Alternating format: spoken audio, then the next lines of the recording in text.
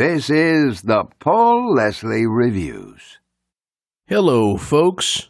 I thought that I would review the new record from Lyle Lovett, 12th of June. And I figured I would play a couple of excerpts from that interview that we did last year. People tell me, Lyle Lovett is my favorite. It's something I can certainly understand. He's been a source of fascination for me since seeing him on the television as a kid. As Esquire magazine put it, Lyle Lovett is a man whose enduring veneration comes down to the 3 C's: class, charisma, and consistency. Anyone who has seen him and his world-class band of musicians live in concert can attest to these truths. Last year, I was able to fulfill a long-time wish to interview him on my show. He came on to promote a live stream concert he was doing with Willis Allen Ramsey. It was quite a week for me, welcoming Willis Allen Ramsey and Lyle Lovett back to back. It had been quite a few years since the last time the world had seen a Lyle Lovett album, so there was naturally an obligatory question that I asked most indirectly. I put it like this: I know recording artists are always shy about this kind of thing, and there's a lot of reasons why. If I was a gambling man, and I was placing a wager, would you say it would be wise or unwise of me to put my money on a possible Lyle Lovett record sometime soon in the next year or two? Keep in mind that Lyle Lovett earned a degree in journalism from Texas A&M and was a newspaper reporter for a spell. His answer was direct and a scoop. He said, Well, that is a fine setup to let me talk about my new record. We recorded tracks in November of 2019, and with Chuck Ainley, who Chuck Ainley produced, and with me, and Chuck Ainley engineered my third record called "And His Large Band" that Tony Brown produced. That came out in 1989. We recorded that album in 1988 in Nashville. This was the first time I'd worked with Chuck. I mean, world famous, amazing recording engineer Chuck Ainley. That's the first time I worked with Chuck since 1988.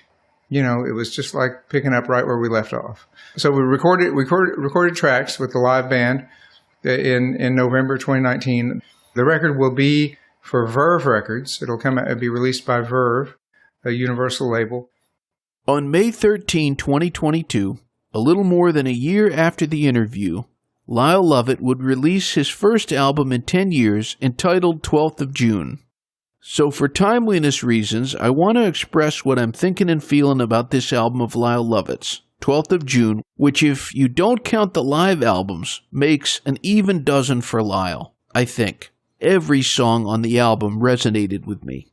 A first track is a critical thing. It can set the stage for the album. In this case, we know right away this is going to be an album with a strong respect for the jazz tradition. Lyle Lovett is one of the hardest to pin down characters in music, but this is a part of that fascination mentioned. 12th of June starts with Cookin' at the Continental, and for those of you who are jazz lovers, yes, that one, composed by the late Horace Silver. Its first appearance was on the 1959 record Finger Poppin' with the Horace Silver Quintet. Not too many have attempted it, but this version on the new Lyle Lovett album can stand with guitarist Frank Vignola's interpretation as a great reimagining of Cookin' at the Continental. I like to think of this instrumental opening track as a nod to his third album that he mentioned in the interview, Lyle Lovett and His Large Band, which is a favorite of mine. He started that third album with the Blues Walk. Some of you may have memories of the Large Band opening the show with that number. It's a cool homage. When I did that interview, I introduced Lyle Lovett with many of the titles that most think of: singer, songwriter, and recording artist, but I included humorist, which seemed to please him. There's a bit of Mark Twain sensibility in many of his songs. He's full of witticisms. Point is that the album follows that jazz classic with his new song, Pants is Overrated.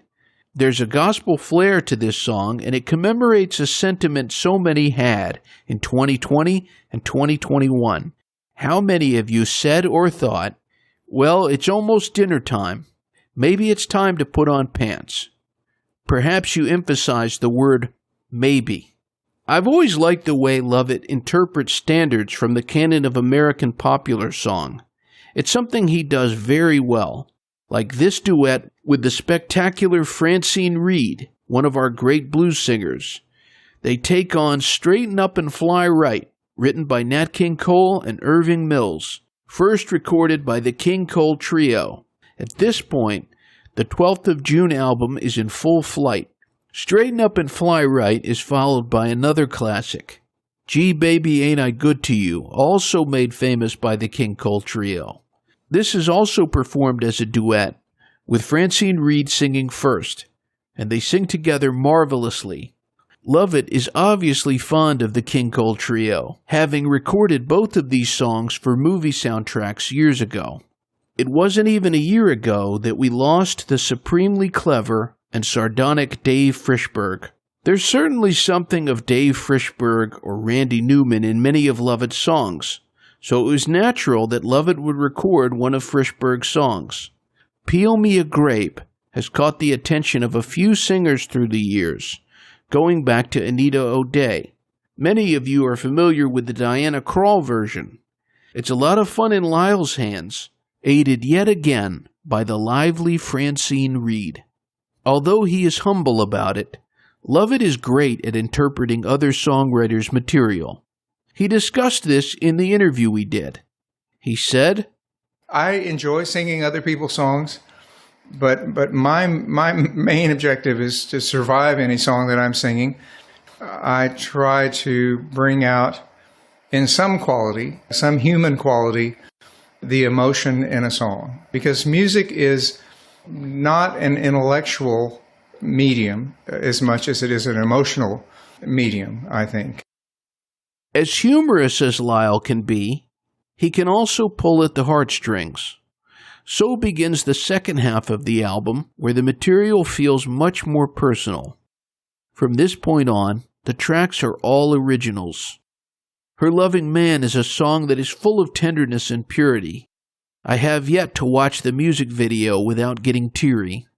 The title track, 12th of June, is a meaningful date for its writer. You see, Lyle Lovett's twin children were born on that day. I've heard some beautiful songs written by a father for his children. I think this is the one that touched me the most. It's a poetic public profession of the love a father has. After such an emotional song, it's only natural to expect some lighter fare. In this case, it's pork. The price of bacon may be soaring, but this is all the more reason to sing about it.